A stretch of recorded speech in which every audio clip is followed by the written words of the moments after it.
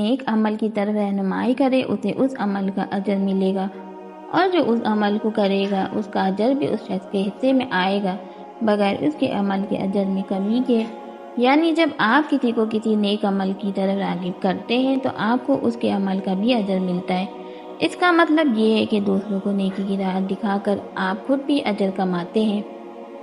نبی کریم صلی اللہ علیہ وسلم نے فرمایا، جو شخص اللہ کی کتاب قرآن سے ایک حرف پڑھے گا اس کے لیے ایک نیکی ہے اور ہر نیکی کا اجر 10 گنا دیا جائے گا۔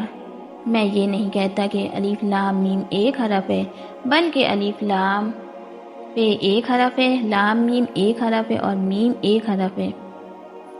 اگر آپ نے پچھلے رمضان کے روزے مکمل نہیں کیے ہیں تو براہ کرم جلد از جلد انہیں ادا کریں۔ وقت تیزی سے گزر رہا ہے، اللہ تعالی ہمیں اس نیک عمل کو آسانی سے مکمل کرنے کی توفیق عطا فرمائے، آمین۔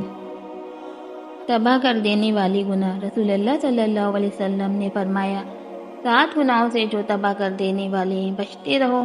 صحابہ رضی اللہ تعالیٰ عنہ نے پوچھا، یا رسول اللہ وہ کون سے گناہ ہیں؟ آپ صلی اللہ علیہ وسلم نے فرمایا کہ اللہ کے ساتھ کسی کو شریک ٹھہرانا، جادو کرنا، کسی کی ناحق جان لینا کہ جسے اللہ تعالیٰ نے حرام قرار دیا ہے، سود کھانا، یتیم کا مال کھانا، میدان جنگ سے بھاگ جانا، پاک دامن بھولی بھالی ایمان والی عورتوں پر تہمت لگانا۔